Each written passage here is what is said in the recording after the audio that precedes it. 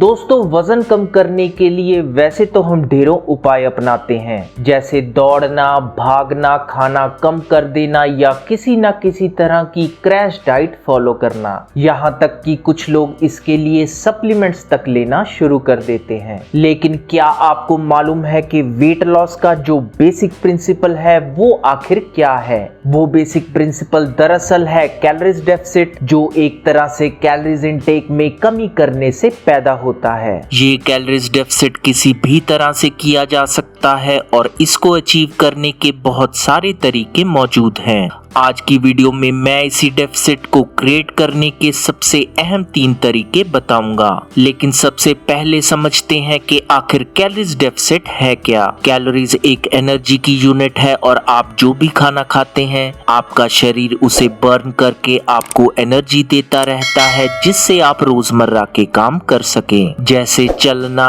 भागना, सफाई करना या गार्डनिंग करना। एक इंसान को एक स्पेसिफिक एनर्जी या कैलोरीज की जरूरत होती है जो डिपेंड करता है उसकी एज, जेंडर, उसका मेटाबॉलिज्म और उसकी फिजिकल एक्टिविटी पर। और अगर आप अपना वेट लॉस करना चाहते हैं तो इस रिक्वायर्ड एनर्जी या कैलोरीज इनटेक में आपको कमी करना जरूरी है। मसलन अगर आपके शरीर को 2000 कैलोरीज हर दिन के लिए चाहिए और आप 15 से 1800 कैलोरीज ही कंज्यूम करते हैं, तभी आपका वेट लॉस पॉसिबल होगा। और अगर आप जानना चाहते हैं कि कैसे आप अपनी डेली रिक्वायर्ड कैलोरीज इनटेक या बेसल मेटाबॉलिक रेट कैलकुलेट कर सकते हैं, तो मुझे कमेंट में जरूर लिखें, ताकि मैं आपके लिए बनाऊं एक डेडिकेटेड वीडियो इसी टॉपिक पर। दोस्तों, ये तो हम जान गए हैं कि वजन कम करने के लिए कैलोरीज डेफिसिट यानी कैलोरीज में कमी करना सबसे जरूरी है। लेकिन आखिर कौन से हैं वो तरीके जिनसे हम एक्चुअली मेजर डेफिसिट क्रिएट कर सकते हैं? इसे जानने के लिए एंड तक बने रहिए मेरी इस वीडियो में। दोस्तों, कैलोरीज डेफिसिट क्रिएट करने का सबसे आसान तरीका जो नंबर 1 पे है वो है आपकी डाइट का पोर्शन कंट्रोल। डाइट से मेरा मतलब कोई स्पेसिफिक डाइट फॉलो करना नहीं, बल्कि आप जो रोजमर्रा खा रहे हैं उसी में कुछ मॉडिफिकेशन या चेंजेस करके एक कैलोरीज डेफिसिट क्रिएट करना। मसलन अगर आप अपने ब्रेकफास्ट, लंच और डिनर में रोटी या चावल खा रहे हैं तो आपको उसकी क्वांटिटी को धीरे धीरे कम करना होगा।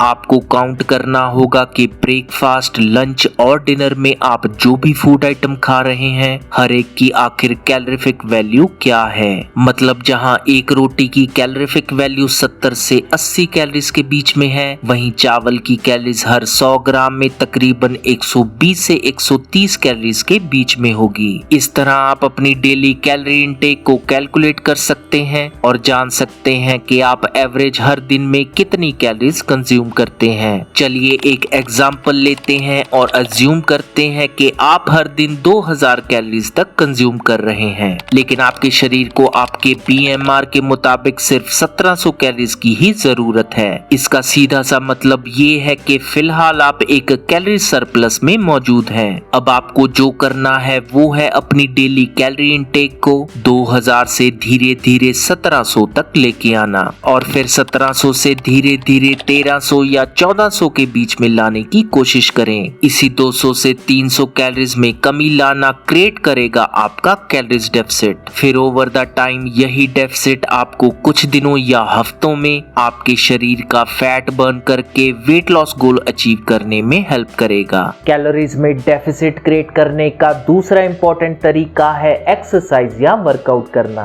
तो अगर आपकी डेली कैलोरीज कंजम्पशन इतनी ही है जो आपकी बॉडी को रिक्वायर्ड है, यानी exactly equal to your BMR और बेसल मेटाबॉलिक रेट, तो आपका वेट लॉस होना पॉसिबल नहीं, क्योंकि आप अपने शरीर में उतनी ही कैलोरीज डाल रहे हैं जितनी आपकी शरीर को जरूरत है। लेकिन अगर आप अपनी डेली रूटीन में एक्सरसाइज को ऐड कर लेंगे तो यही एक्सरसाइज आपको उस डेफिसिट को क्रिएट करने में हेल्प करेगी। अगर आपको लगता है कि आप अपने BMR से कम कैलोरीज नहीं कंज्यूम कर सकते और किसी भी तरह की एक्सट्रीम डाइट या फास्टिंग पर डिपेंड नहीं होना चाहते। ऐसी कंडीशन में आप अपनी एक्सरसाइज या फिजिकल एक्टिविटी के कंपोनेंट को भी बढ़ा सकते हैं। किसी भी तरह का वर्कआउट जैसे रनिंग, साइकिलिंग, जॉगिंग या फिर स्ट्रेंथ ट्रेनिंग, इन सभी एक्सरसाइज के साथ आप ब्रिस्क वॉक या HIIT भी ट्राई कर सकते हैं। दोस्तों HIIT या हाई इंटेंसिटी इंटरवल ट्रेनिंग के बारे में जानने के लिए देखिए मेरी डिटेल वीडियो, लिंक डिस्क्रिप्शन में मौजूद है। जिन लोगों ने कभी कोई एक्सरसाइज नहीं की उन लोगों को चाहिए कि पहले एक मॉडरेट वर्कआउट से शुरू करें जैसे स्लो जॉगिंग या वॉकिंग, और फिर धीरे धीरे अपने वर्कआउट की इंटेंसिटी बढ़ा दीजिए ताकि आपका शरीर इस बिहेवियरल चेंज को अडॉप्ट कर सके।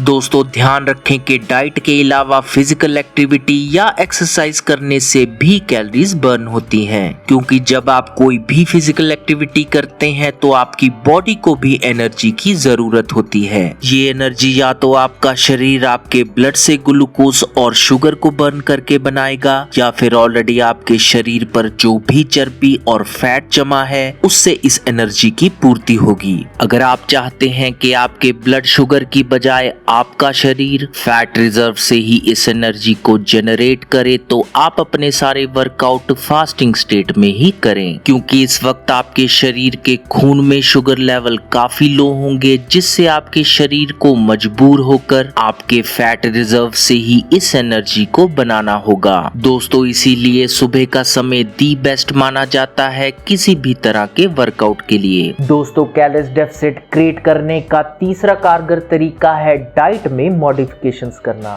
दोस्तों अगर आप ज्यादा देर भूखे नहीं रह सकते या आप एक्सरसाइज करने के लिए नहीं बने हैं, ऐसे में आपके पास सिर्फ एक तरीका बचता है और वो है अपनी डाइट में चेंजेस लाना। सो रेदर देन फास्टिंग और starving yourself, you can try changing your diet pattern, और यही तरीका आपके कैलोरीज डेफिसिट को भी आसान बना देता है। इस डाइट मॉडिफिकेशन का बेसिक प्रिंसिपल है आपके कार्ब्स और फैट के इनटेक को कम करके आपके प्रोटीन और फाइबर को बढ़ा देना, जिससे आप बिना फास्टिंग और इंटेंस एक्सरसाइज किए भी एक कैलोरी डेफिसिट बना सकते हैं। इसके लिए आपको अपने खाने में हाई कार्ब रिच फूड जैसे रोटी, चावल या सब्जी की क्वांटिटी कम करके फ्रूट, सैलेड या रॉ वेजिटेबल की क्वांटिटी बढ़ानी होगी। फॉर एग्जांपल अगर आप अपने लंच में 3 रोटी खाते हैं तो उसकी जगह 1.5 या 2 रोटी लेकर आप सैलेड और फ्रूट को अपनी प्लेट में ऐड कर सकते हैं। आप अपने रात के खाने को स्किप करके उसे हाई प्रोटीन जैसे पनीर, एग व्हाइट या नट्स और सीड के साथ रिप्लेस कर सकते हैं। फ्रूट और वेजिटेबल में मौजूद विटामिन्स, मिनरल्स और फाइबर आपके डाइजेशन और मेटाबॉलिज्म को इम्प्रूव करेगा। साथ ही इन फूड्स के लो ग्लाइसेमिक इंडेक्स के कारण आप कैलोरी डेफिसिट में भी बने रहेंगे।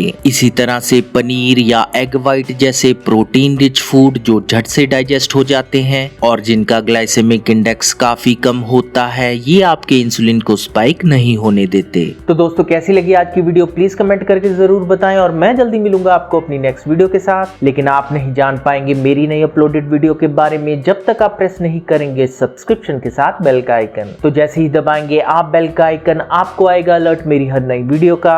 तो जल्दी से प्रेस कीजिए सब्सक्रिप्शन और नोटिफिकेशन का बटन। मैं जल्दी मिलूंगा आपको अपनी नेक्स्ट वीडियो के साथ।